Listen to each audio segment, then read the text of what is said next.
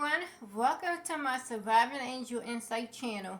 So, my first topic is going to be I watched the 2020 episode about the story of Leo Scottfield. I hope I said his name right because I was like, how do you say that man's name? But it was about him killing his wife, Michelle. And I watched that, and I mean, honestly, as they was telling the story, I already knew he was innocent, but I wanted to make sure I was right? Because you never know these days. It's crazy, because why is it always the spouse? It's like, I'm scared to get married, and I want to get married, but I'm getting married anyway, because I believe in God. Anyway, so I was just watching it, and as I finished watching it, it breaks my heart, because I know this man is innocent. I know he did not, and I'm going to be honest with you guys. You know, I don't think he got convicted for killing his wife. I think he got convicted because of his temper, and everybody say about how abusive he was, and they didn't like his character.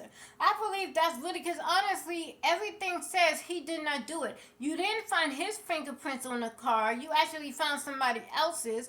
Then it's like he told you that she called him and told him she was on the way after she got gas, and after she wanted to know did he want anything. He said no. How could be at his house on that phone call, but also be where she was at getting killed? It's impossible. Superman can't be in two places at one time. Okay, not even Thor. And y'all know I love Thor. Okay, now I don't understand it. Here's my problem with it. When I looked at this case, you know what I thought about instantly?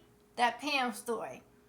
Y'all know what I'm talking about. That Pam lady that lied all over that man, talking about he killed his wife Bessie, and the whole time it was actually her. And the prosecutor and detective knew it was her for the beginning, because according to you guys, the worst thing to do is not have an alibi. This man had an alibi. He had like 8 people say he was playing a game. And then the thing you always tell people have receipts, to do have receipts, but unfortunately that didn't work in his favor.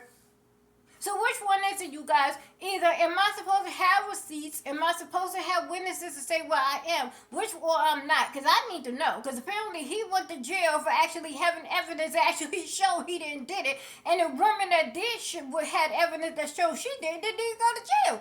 It took for her to take another innocent life. Okay?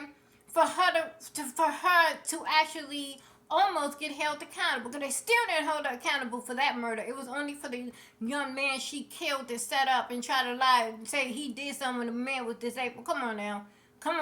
And the prosecutors and the detectives knew he did not do this. And I thank God that this man was all the way in another state. Because if he would have been in the same state, I think her plan would have worked. I think they would have said, see, he did it. But thankfully, he was in a whole nother state. And that's what made them zoom on Pam, and she got convicted for that murder.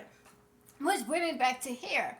It's like, once again, why you said the system is so easy to put you in jail, but when it's time for them to take you out of jail because they know they got it wrong, they find everything in their power to not do it. This man did not do it. Is he guilty? Yes. I think he's guilty for his behavior.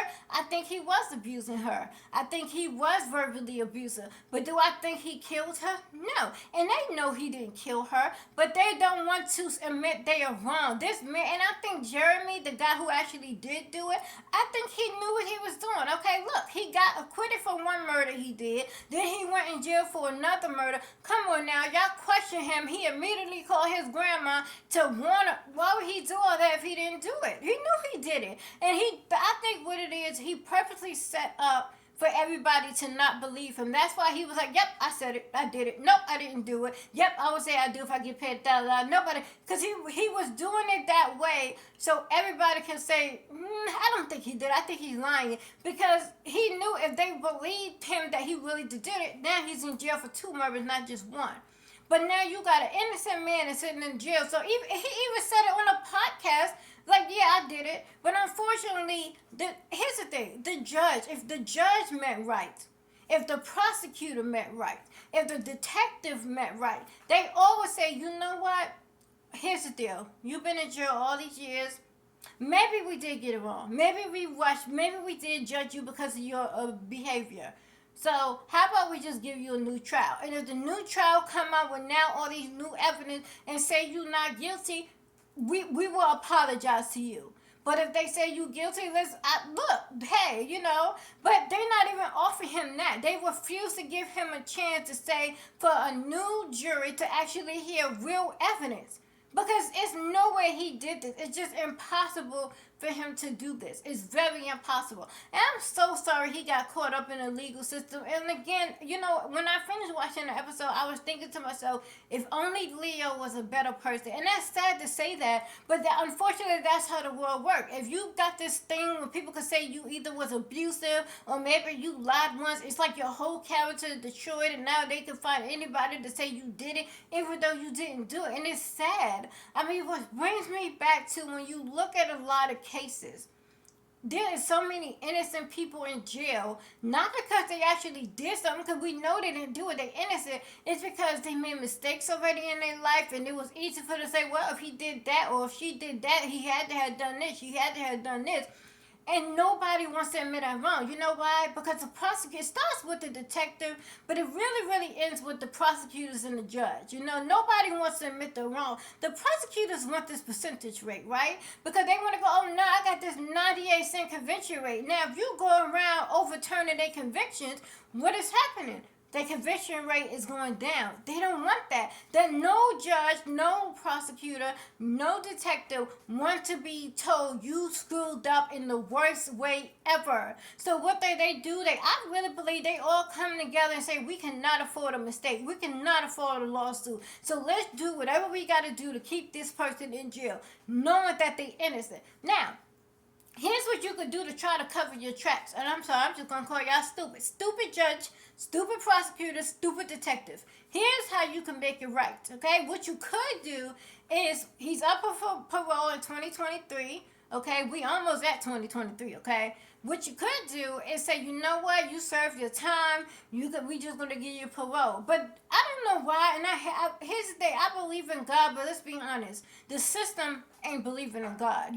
The system is about keeping everybody in prison because, and think about it, they send all the funding to prisons. The prisons get more money than the schools. How is it that we can't afford lunches for kids in school? No, in some schools, that's the only time the kids can actually eat is in school. But you will get all this money to the prisons. It is set up to keep people in prison.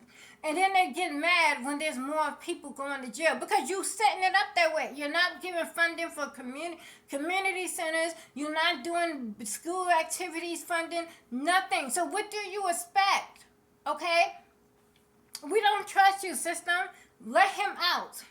But I have a feeling they're not going to do that. I have a feeling because he keeps fighting and fighting and fighting, I got a feeling that they all going to say you're not showing that you're remorseful. And they're going to play this, manipulative game. Like if you just say you did it, even though we'll let you out. No, why do I always have to say I did something I didn't do for me to be out of jail? Because I don't want to spend my life in jail. No, it shouldn't have to be like that. How about you do your job that you went to school for and make sure I am actually guilty instead of convicting people that you know ain't guilty just because you want a conviction rate and you want to be known as the person that got a tough case. Screw you. Okay, and I know you're going to be like, weren't you just talking about God? I sure was, and I can say screw you because you don't mess with people's lives like this. So Leo and your family, to your wife, to your daughter, I really hope that you do get your parole, and I really hope while you're on parole, I hope you can really finally clear your name. And also to Michelle family, I want to say sorry for your loss because sometimes we get so overshadowed from, trying to clear a name that we forget who the victim is. So I want to say to Michelle family that I'm really sorry for your loss. I'm sorry you didn't get the correct justice that you needed. And I do hope when it does come out that he really didn't do it, I hope that you accept that. I really hope that you don't allow this stupid system to make you still think this person did it. Because I actually saw another case that was just similar to that. That was like, even though the evidence came out, DNA came out that he did not attack his wife, the wife and the family, even though the wife didn't remember it, still thinks he did it. Even though DNA confirmed he didn't do it. So It's not just that case too. Let's not forget about the Central Park case, with them boys. Even though DNA still cleared all the boys, that lady still want to say the boys did it. So unfortunately, some people just don't want to get it to their head because they believe the stupid system. The stupid system is just stupid. No matter how the system say it's for anybody, it's just about politics. Everything is about politics, and that's insane. But that's it for this episode. I'm gonna call it episode. You know what? I got a feeling that one day I'm gonna get more and more out of my comfort zone. Excuse me. And I'm probably gonna do a podcast. Let me know where y'all support that though. Because if y'all willing to support that, I think I can get into that. Okay, thank you guys for watching. See you later.